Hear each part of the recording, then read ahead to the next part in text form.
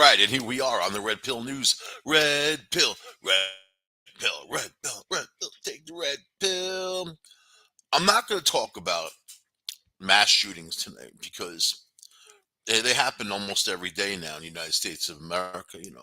What I will talk about are the people who are doing them are obviously mentally unhinged. They are largely democratic in their views, in their political views. That to me that figures in. I don't try to. I'm not a party person. I don't try to pinpoint people on their party politics, but yet the movement of the Democrats for the last many years that have moved into a really unacceptable, irrational place.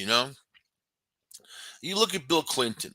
He was a great president. He really was. I know you probably hate it when I say that, but he held things together. Yeah, things happened under him that was bad. Sure, you're not going to find any one agree 100% with anybody. I mean, who's in office? It's just if you do, that's unrealistic. So, but on today's standards, Bill Clinton would look like a Republican because of I mean he passed the crime bill. Joe Biden also voted for it to put 100,000 cops on the streets throughout the United States.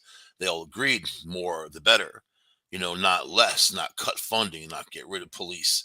The more you do that, the more people are going to suffer. So I'll give you a situation. Here you have your really bad neighborhood situation, right? Criminals in the neighborhood committing crimes, getting arrested. They go through the system, stand in front of a judge. The judge says, "What this is what's going to happen. We're going to hold you. Put out a lot of bail so they can't get out. Whatever, right?" It was a system of checks and balances to a degree, you know.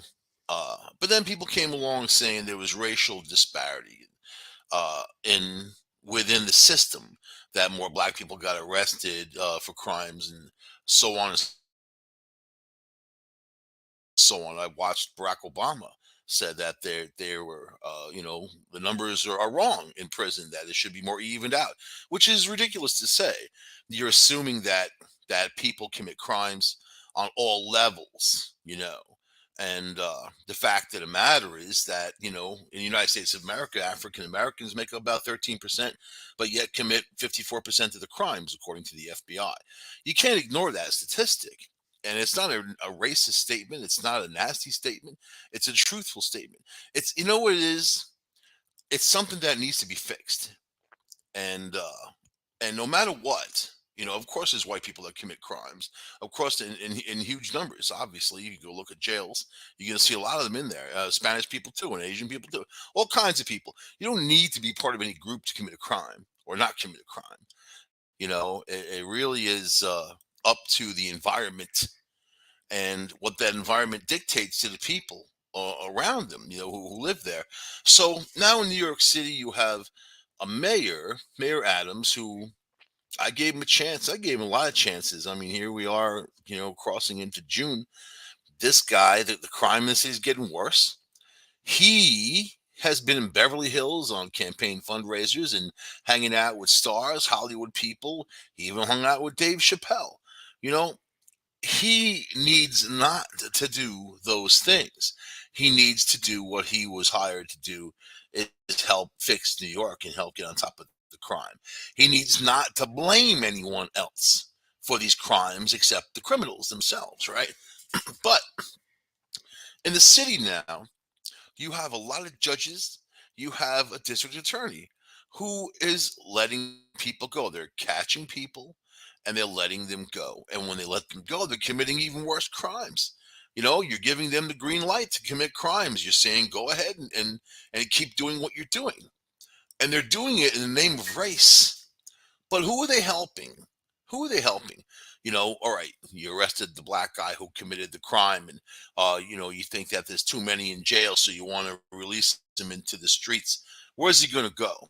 He's going to go back to his the same neighborhood where he committed crimes, the same neighborhood where he got arrested, the same neighborhood where he's torturing the other people who live there, who are not criminals. The ones who have to be there, who are stuck. There's a lot of people in America who are stuck. They can't leave where they are because they don't have the money to do it. You know? Oh man, we can give the Ukraine $40 billion.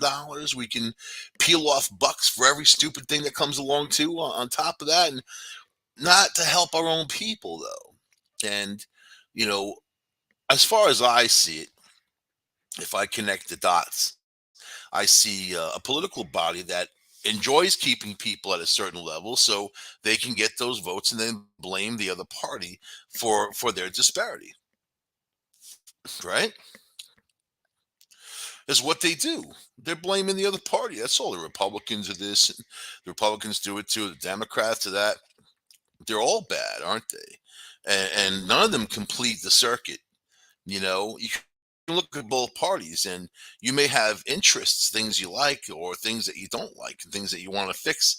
Not either party has all of those interests, all those check boxes. So then you have to look at one or the other, whatever candidate comes along, and they're all money people now. All of them. Look at AOC. She tries to act like she's for the people. She hasn't done anything for the people in the Bronx or Queens. She goes to the big parties. She doesn't live in those areas. She has a really high end apartment in DC. She's backed by billionaires. What's the difference of that and whatever else robot they decide to put in? You know, it's they have learned. The people who run the system have learned what people like, what they don't like. They have surveys. They have all kinds of polls that they do. They take that information, they data mine it, and they compile it. Who's the best person that we can put forward that's going to be just the spokesperson to the people, right? And that's who they put in. That's who they put out there, right? They chose her out of 10,000 people. She was the winner. She fit the bill. They chose her because of her sexuality, her race, everything. So okay, you got this person in there, and then look at the stuff that she's done. Look at the stuff that she said, or even suggested. She's no political scientist and she's no engineer. She was a bartender. Not saying a bartender can't run something, but you have to have ideas to run something. She had no ideas. They approached her, and her handlers are billionaires. They tell her what to do and what to say, right? And this has become the political system of bought and sold politicians on both sides, and the trust is gone. There's no trust within the United States for people in politics, and they feel like they're hopeless, voting, voting, voting, and then you see what gets in there. So it's come down to people pointing the finger and blaming and whatever. This shooter who went into a school in Texas and shot, those children are 94% Latino, and the shooter himself was Latino. It's a very poor area, very poor town. Apparently, Matthew McConaughey grew up there. But the sad part is, of course, 19 dead kids. It didn't need to happen. The warning signs were missed. But why were the warning signs missed? I mean, when this guy was cutting his face up, why wasn't he brought to a psychiatrist? Why didn't he get his mental health? Putting himself out there as what, putting eyeliner on and posing and doing all the stuff he was doing, that in of itself is harmless. You look at Prince and people like that. But cutting your face, you cry for help. You can't ignore something like that. Making threats against others. And then if he had, see, in Texas, like New York is so different.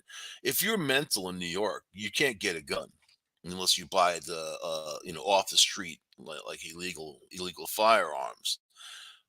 In Texas, it's like more of an open market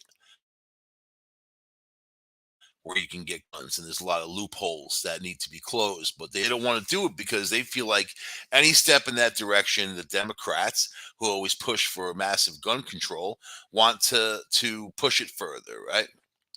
You have people who are unrealistic. Then you have people, the argument is back: assault weapons, this, that. And let me tell you, man, that's somebody who is a weapons expert, somebody who knows guns back and forth. That guy could have walked in there with a shotgun too and done the same thing. So it's not about the so-called assault weapon. Any weapon, in police terminology, any weapon used for an assault is an assault weapon. They're saying assault weapon because they look like military weapons and that type of thing. Even if they didn't, even if they had a wood stock and painted a different color or whatever, they would still function the same way. So in New York, you can't hunt with those rifles either, AR-15 or anything like that, or AR-10. Because the bullets travel too far. So you're talking about at least 2,100 miles per hour, like three times the speed of sound. You fire these weapons, it actually makes a sonic boom. They're loud. So it's not a question of who should be able to own. No, no, yeah, I guess it is, but more like you're restricted. Okay, someone likes to have a lot of alcohol. They go out and they kill a bunch of people in their car. Do they make the alcohol illegal? No. The responsibility is on the person that does these things. Uh, the guy in France, the terrorist, drove over 80 people and killed them with a truck. They make trucks illegal. No, it doesn't matter. Knives, guns, you push people out of windows or whatever the hell it is, a bomb. Dead is dead. You need to stop the bogey before they strike. You need to have intelligence and police that know what they're doing, that aren't you know idiots. When they had the shooting in Florida, that sheriff had to resign because his whole department was inept. They mishandled it. People were needlessly killed that didn't have to be killed because of his misdirection. The guy actually went on CNN's town hall meeting, speaking out against all the NRA and guns and whatever. Meanwhile, it was that sheriff. They visited that kid like 19 times, the one who did the shooting. The kid had guns. He was making threats to the school and other people he knew 19 times. A lot of those were domestic disturbances. You can't do anything with someone like that. So I researched, the area in Texas where the shooting happened. They have zero beds available for psychiatric patients.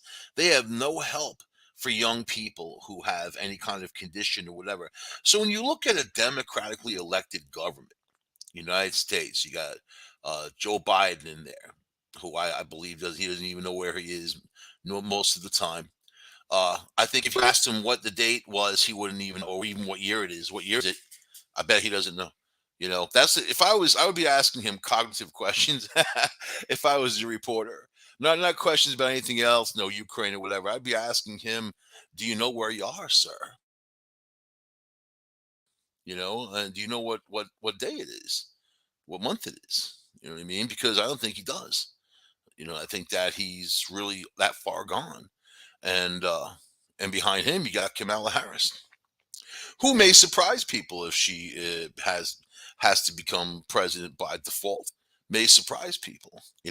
Right now she's cackling Kamala because she doesn't really go out there and say anything except these things that they write for her, and she doesn't really have a clue to say anything. Vice presidents largely didn't really do much, right? Open up the ice cream parlor, or go have a slice of pizza with so and so in Staten Island or whatever, right? For the photo op, and that's kind of what they do. So, but with this leadership, you would think that they would make funds available to every state. And I don't want to hear, oh, but the states take it and do different stuff. You can designate funds specifically for a purpose and be used for that purpose, specifically for a purpose. And mental health is a crisis going on in the US. Mental health is all different levels, isn't it? People could be mildly depressed. That's a mental health issue. People could be psychotic. They want to go hurt other people because they're hurting so bad. And what I'm hearing from the left, unfortunately, are these excuses. They don't make excuses for the guy that walked in Buffalo and killed all those people. His self-designated white supremacist, that idiot. Instead, they make excuses for these other ones, the ones who are Democrat. Isn't it funny? Oh, because they've suffered and that's why they did it. They've suffered at the hand of the other party and that's why they did it. And there is always some kind of excuse. So it doesn't matter what color they are. It doesn't matter what religion they are. It doesn't matter. It just matters that they're killers. And a lot of them could be stopped, could have been stopped. but the police messed up. So does that sound like a situation you want to cut funding to the police for less police on the street? Is that going to solve the problem? Obama today in a speech had the nerve and the audacity to bring George Floyd into this Texas shooting situation. One thing has nothing to do with the other. Zero zilch, right? But that's the sales pitch. That's the angle. That's what they want to push out there. It's been 2 years, George Floyd, whatever. Let me tell you, Obama, 19 children are dead, two teachers. George Floyd doesn't figure in. It's not the same situation. It wasn't a cop that did it, but he vilified the police. He took the moment talking about a massacre in Texas and vilified the police. Now, did those police in Texas act accordingly? A lot of information is coming out saying that they didn't. And there's a lot of questions on why the guy was in there for over an hour, 90 minutes, hour and a half. All the initial reports was that he kind of crashed his grandma's truck and ran into the school with his gun, right? He was being chased by police. He jumps out with his guns and runs into a school. Quite a long run to get into a school. Why, if they were in hot pursuit and they were right there and they were on his ass and they saw him jump out with these guns and run towards the school, why didn't they stop him?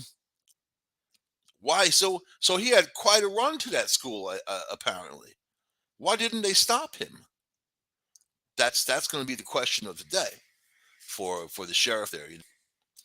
So I don't have a high opinion of Texas. I think that a lot of them are shit kickers that are there, and I'll say that happily, joyfully.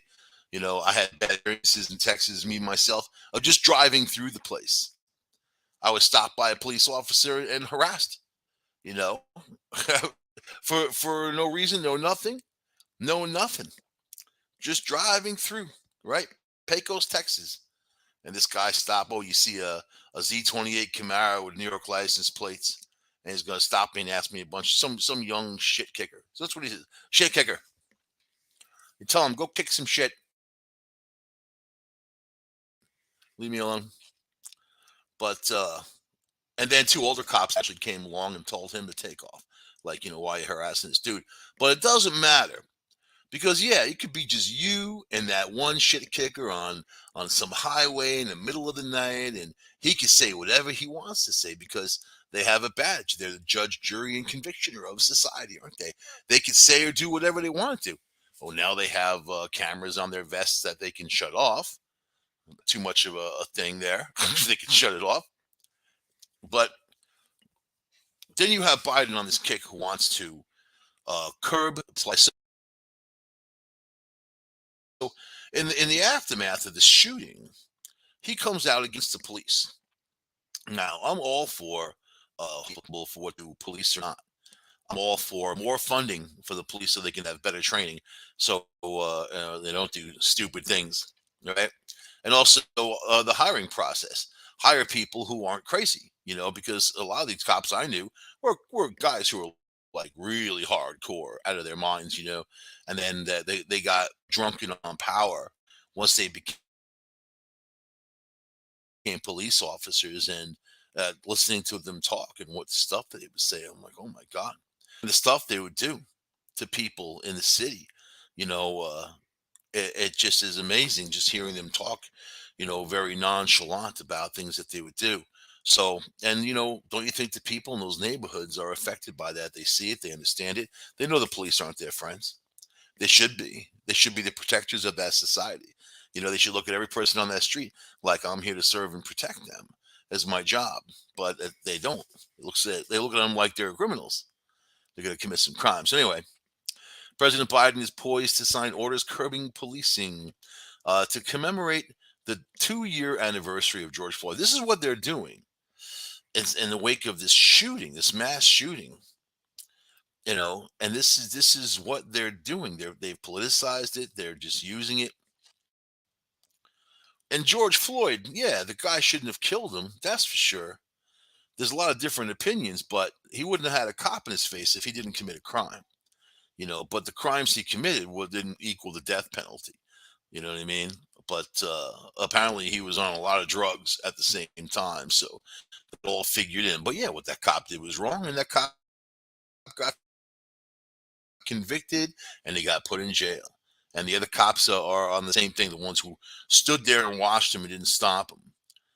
So all right. So despite the ongoing violent crime wave in the United States, especially New York Mayor Eric Adams, that's what got Eric Adams into office because he was a transit cop and he was pro police and they said, let's put this guy in office. He's going to help us with our problem because De Blasio let crime run out of control and laughed at people the entire time.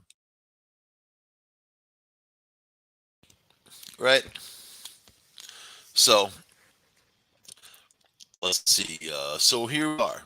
Biden's telling Eric Adams and mayors everywhere from D.C. to San Francisco to cut funding, cut more funding, take more things away from the police. So he wants to see he'll order the creation of a national registry of cops fired for misconduct and establish policies to incentivize local governments to restrict chokeholds and no knock warrants. So remember, chokeholds were supposed to be illegal. Yeah, they are illegal, aren't they? But yet they're not illegal because every time they say they're going to make them illegal, they don't. So yeah, they could do the chokeholds and all that stuff. No knock warrants. You know how many times the cops busted down somebody's door, goes in there and kills them, and they weren't even the person. They killed that one lady. She was eating her ice cream. She was sitting there. A nurse after a long shift goes home, and she's sitting there on her couch, naked, eating ice cream. These cops bust the door down and kill her. You know what I mean? So yeah, I get that. No knock warrants and whatever. They should they should know where the hell they're going and what the address is, right? But and he also wants to restrict the transfer of surplus military gear to cops because the military gives all that stuff to police agencies, the Hummer things and whatever, and extra body armor, that type of stuff. I'll say this. I don't like the tactical gear on police officers. If it's a situation where you need it, that's good.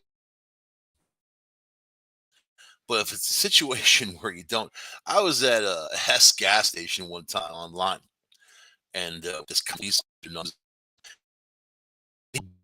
you're on the the vast and all these utility belt was 3 times as that man.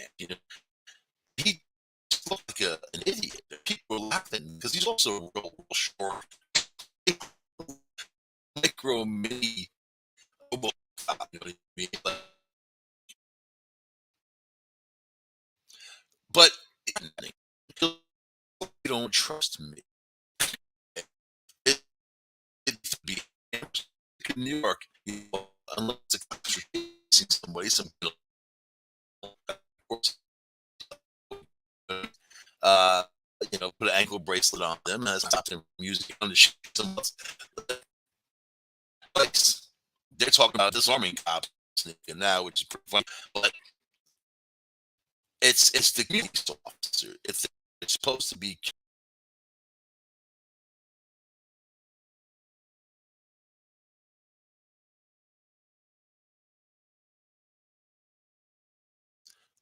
your average citizen out there is afraid of a police officer.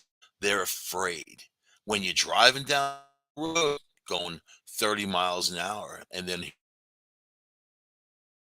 here comes you're coming upon a police officer going 25.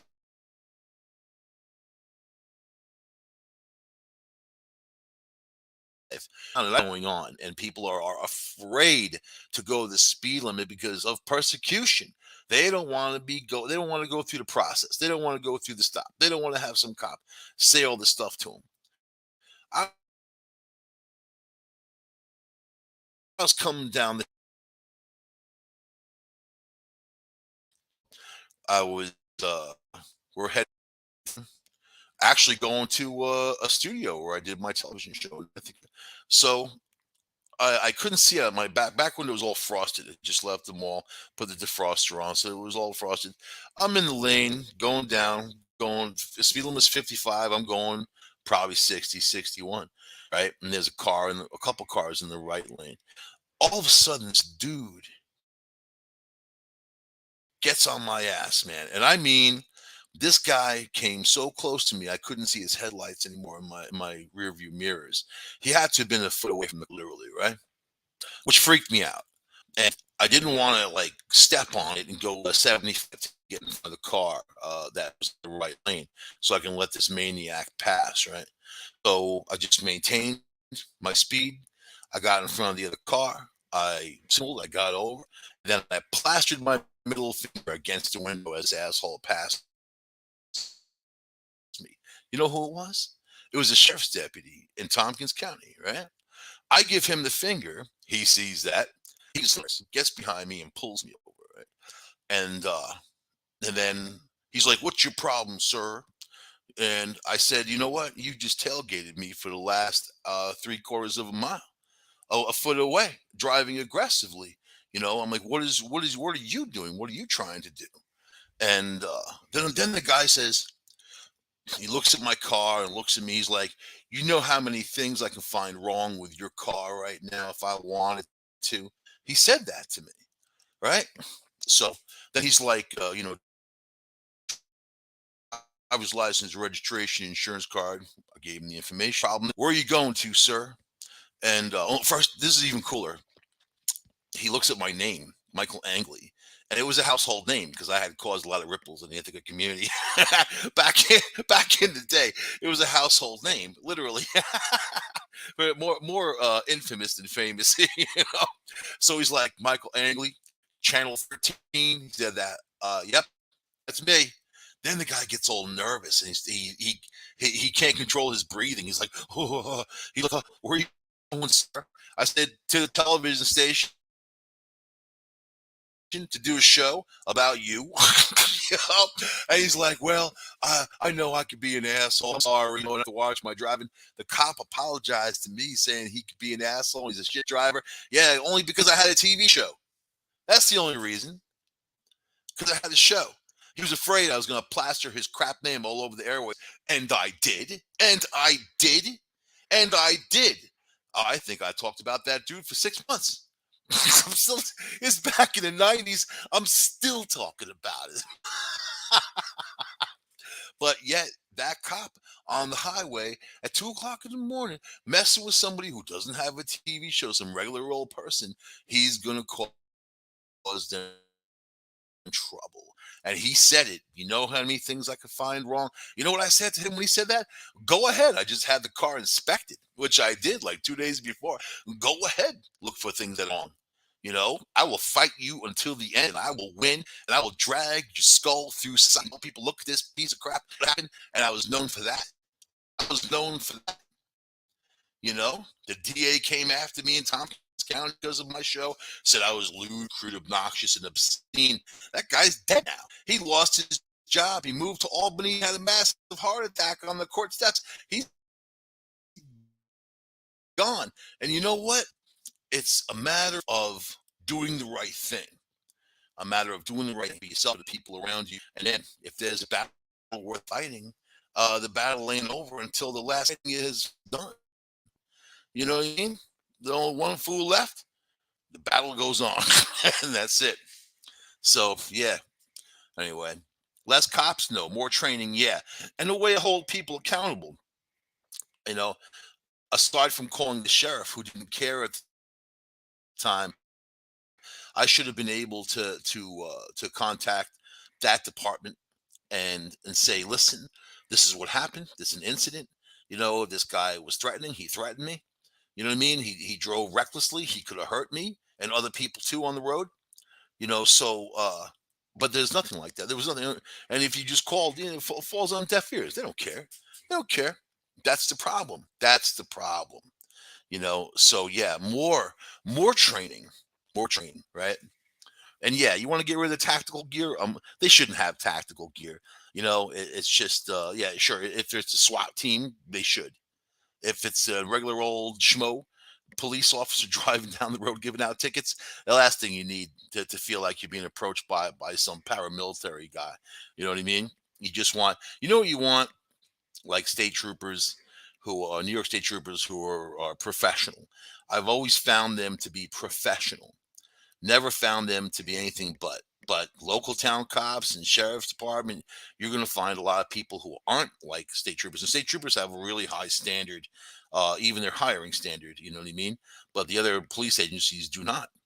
But yeah, you can be going through some little town in the middle of the night, and you're going to catch the podunk cop, and he might have it. Oh man, if you come from the city, I'm from New York City originally, man. When I moved upstate, they hold that against you. We're in the same state. They don't care. You city boy. You city boy. All right. Let's see. The restrictions and transfers of military equipment, they're doing all that. The former President Barack Obama 2015 freeze on the Pentagon's. Obama was in there for 8 years, and he's like complaining about stuff that happened when he was in there that he did.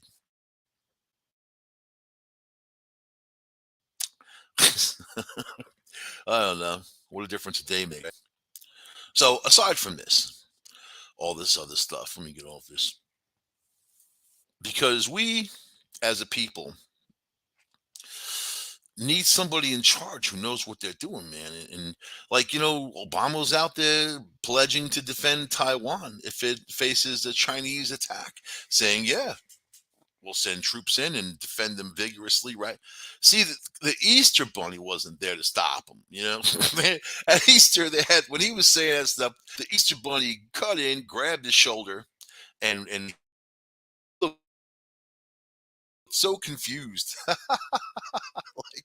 like he got into Hunter's stash or something, started seeing the Easter Bunny telling you, okay, sir. I think that was Obama in there, that Easter Bunny costume anyway, or Hillary. Okay, shut up. The Easter Bunny comes over and says, shut up. Shut up. Oh, Easter Bunny. Shut up.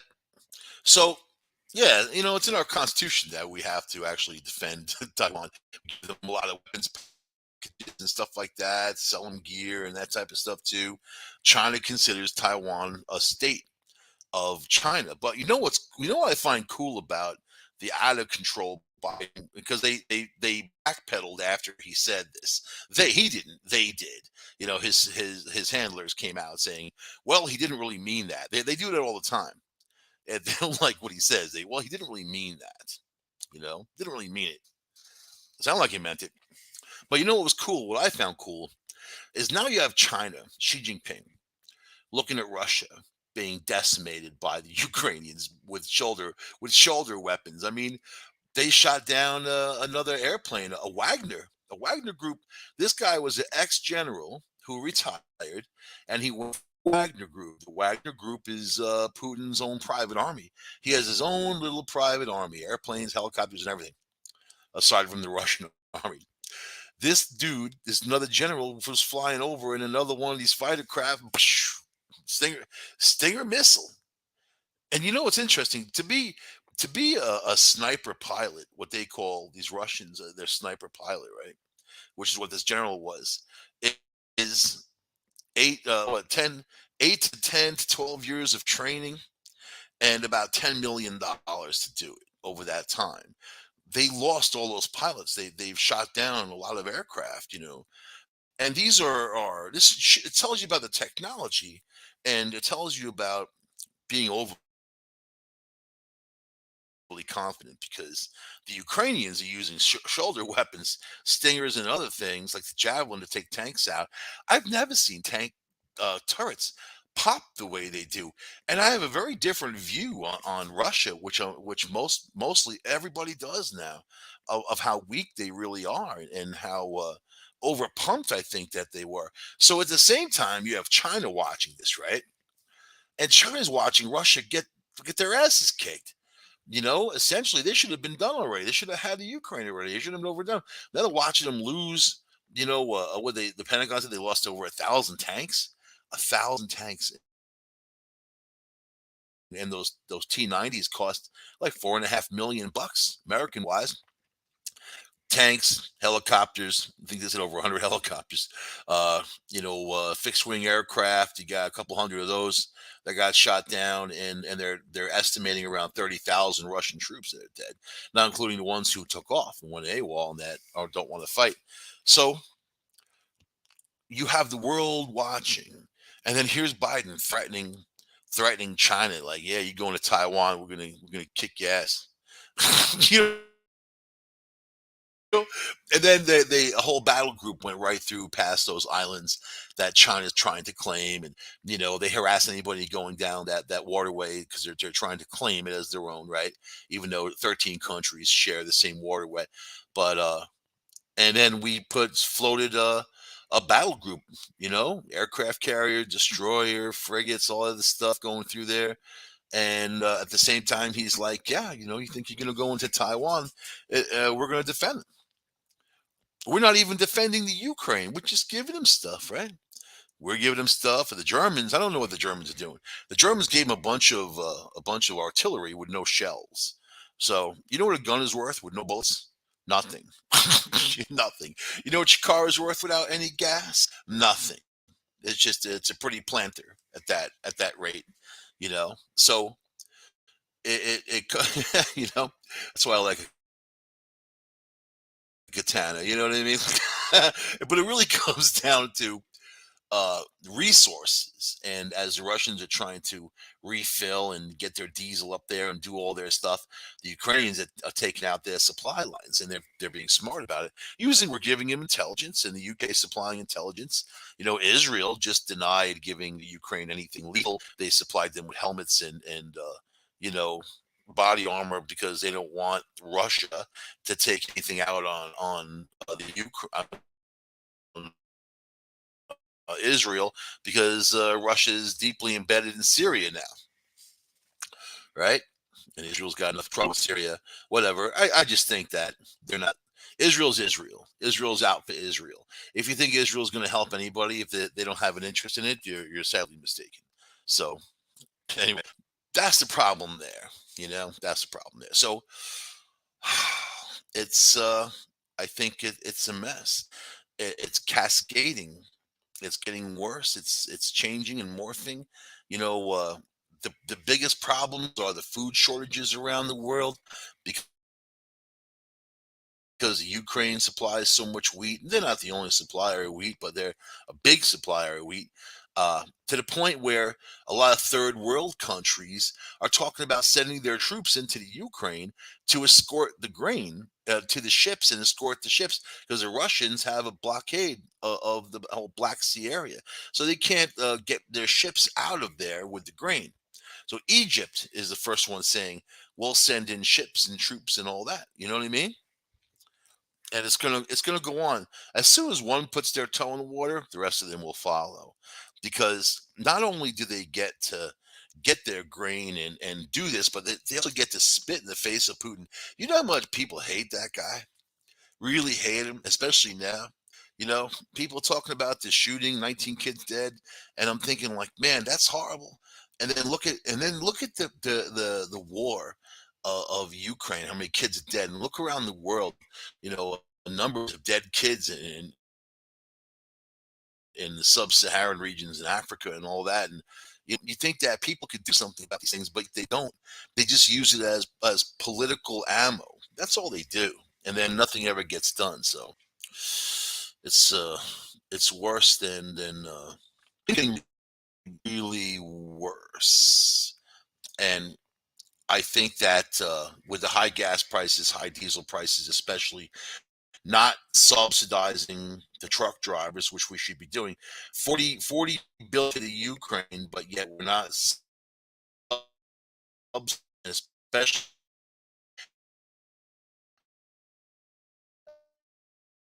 run on diesel. Those trucks run on diesel.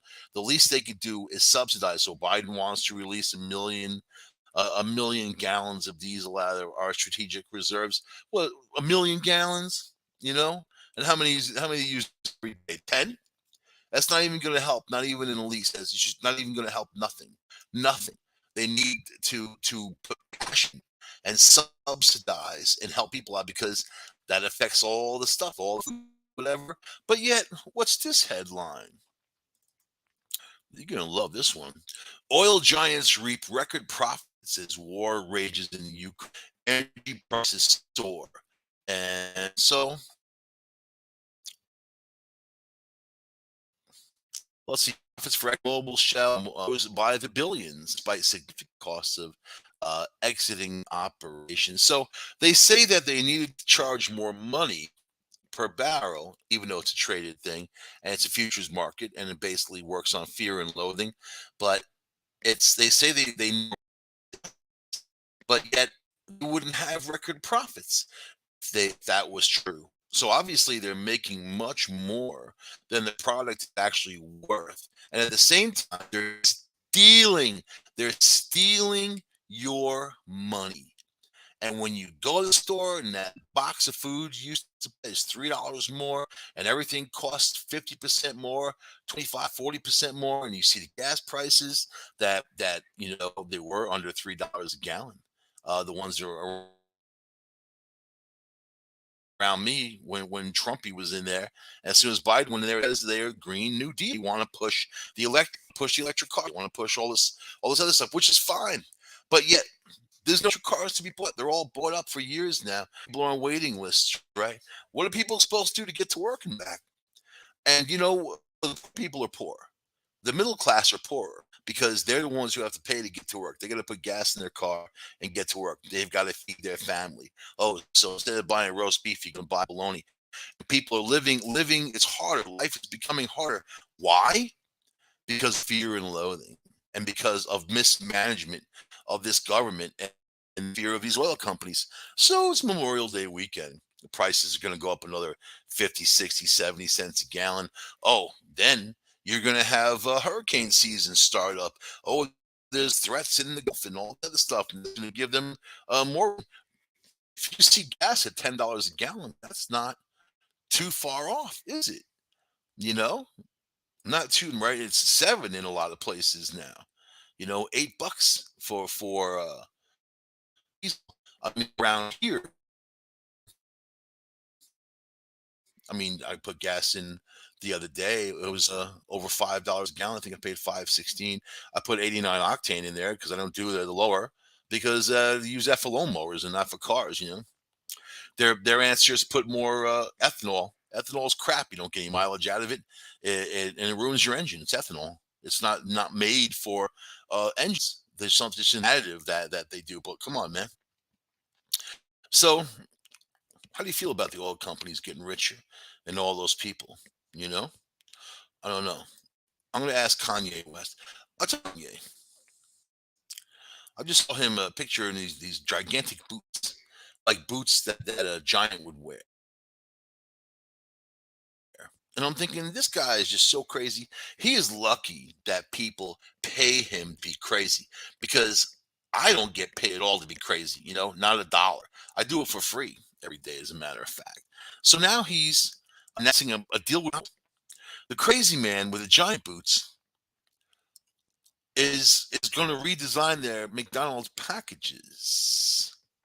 He's getting together with the clown, the McDonald's clown, right? With the Muji designer Naoto Fukaswana. And that's, you go to McDonald's. I don't go to McDonald's now, right? I refuse to because much of what they put in their food isn't food. So I know that. There you go. The Atlanta-based rapper took his completely wiped Instagram account. So he wiped his account out. Now he's back because he's out of the. So he was only in a mental institution for what, a couple of weeks. is that enough time to really tackle his problems? I don't think so. I don't think so. And his idea was to repackage McDonald's stuff. He's probably sitting there eating some McDonald's, saying, "I can repackage this." Let's see. He posted an Instagram story featuring a box that could be the latest packaging for a McDonald's sandwich. Below the box, he wrote, "Next week, it's the fries." A line from his 2005 late registration song. I can't even name this guy's song. I have no idea. I just know that he wants to Kill that dude. That's it. You know, he wants to go after Skeet. He calls him Skeet while he mentioned Fuckaswana. Fuck it. How you say it?